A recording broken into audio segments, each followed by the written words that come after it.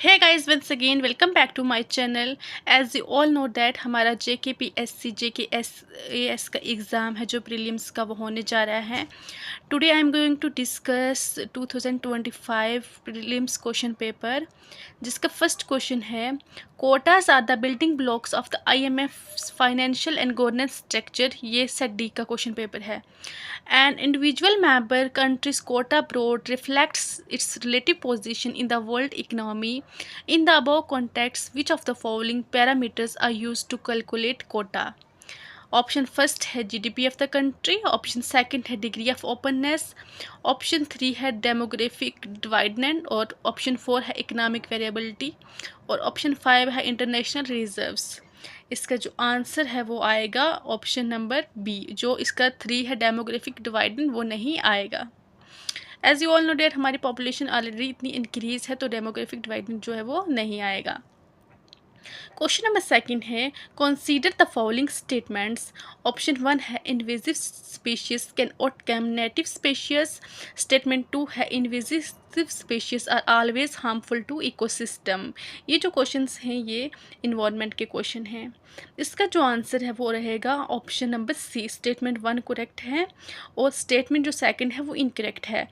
जैसे कि आपको पता है कि इन्वेजिव स्पीशीज हैं वो ऑलवेज हार्मफुल नहीं होते हैं. जो ऑलवेज और ओनली जब आ जाता है तो आपका जो आंसर है वो रॉन्ग हो जाता है. ऑलवेज और ओनली का हमेशा ख्याल रखें. क्वेश्चन नंबर थ्री है dendroclimatology deals with soil moisture data, tree ring data, ice core data या प्लूम मैग्नेटिज्म डेटा. आंसर रहेगा tree ring data. Question number four है arrange the following biodiversity conservation efforts in India in chronological order from earlier to later. आजकल कोई जितने भी questions आ रहे हैं उनमें जो क्रोनोलॉजी है और सीक्वेंस के क्वेश्चन हैं वो बहुत ज़्यादा आते हैं. हमेशा क्रोनोलॉजी वो चाहे बुक्स की हो चाहे वो किसी भी जो इम्पोर्टेंट चीज़ हो जैसे कोई इन्वायरमेंट से रिलेटेड हो उनको हमेशा आप अच्छे से रिमेंबर करके रखें ताकि आपको एग्ज़ाम में काम आ सके. इसका ऑप्शन फर्स्ट है प्रोजेक्ट हंगल जो 1970 में आया था. प्रोजेक्ट एलिफेंट 1992 में आया था. प्रोजेक्ट स्नो लेपर्ड 2009 में आया था. प्रोजेक्ट टाइगर जो है वो 1973 में आया था. अब आप इसको सीक्वेंस में लगा लें. हंगल जो था वो 1970 में आया था और इसका ऑप्शन आएगा फर्स्ट करेक्ट. एलिफेंट वाला जो आया था वो 92 में आया था, ये नहीं आएगा. और उसके बाद आएगा प्रोजेक्ट टाइगर जो 1973 में आया था. सबसे लास्ट पे आया था स्नो लेपर्ड, ये 2009 में आया हुआ है. क्वेश्चन नंबर हम 5 को देखेंगे. Match the following act with air of their enactment. First जो है वाइल्ड लाइफ प्रोटेक्शन एक्ट है. सेकंड इन्वायरमेंट प्रोटेक्शन एक्ट है. थर्ड बायोलॉजिकल डाइवर्सिटी एक्ट है. थर्ड जो है वो फोर्थ जो है water prevention and control of pollution act है. फर्स्ट जो आंसर रहेगा वाइल्ड प्रोटेक्शन जो है वो 1972 में आया था. इसको आप मैच कर लें. ये जो इंपॉर्टेंट चीज़ें हैं ये हमेशा रिमेंबर रखें, याद रखें ताकि आपको ये बहुत इंपॉर्टेंट है. देखिए इन्वायरमेंट से कितने इजी क्वेश्चन आए थे 2025 के प्रीलिम्स में. अगला क्वेश्चन है question number 6. Which of the following missions over the national action plan on climate change निपैक.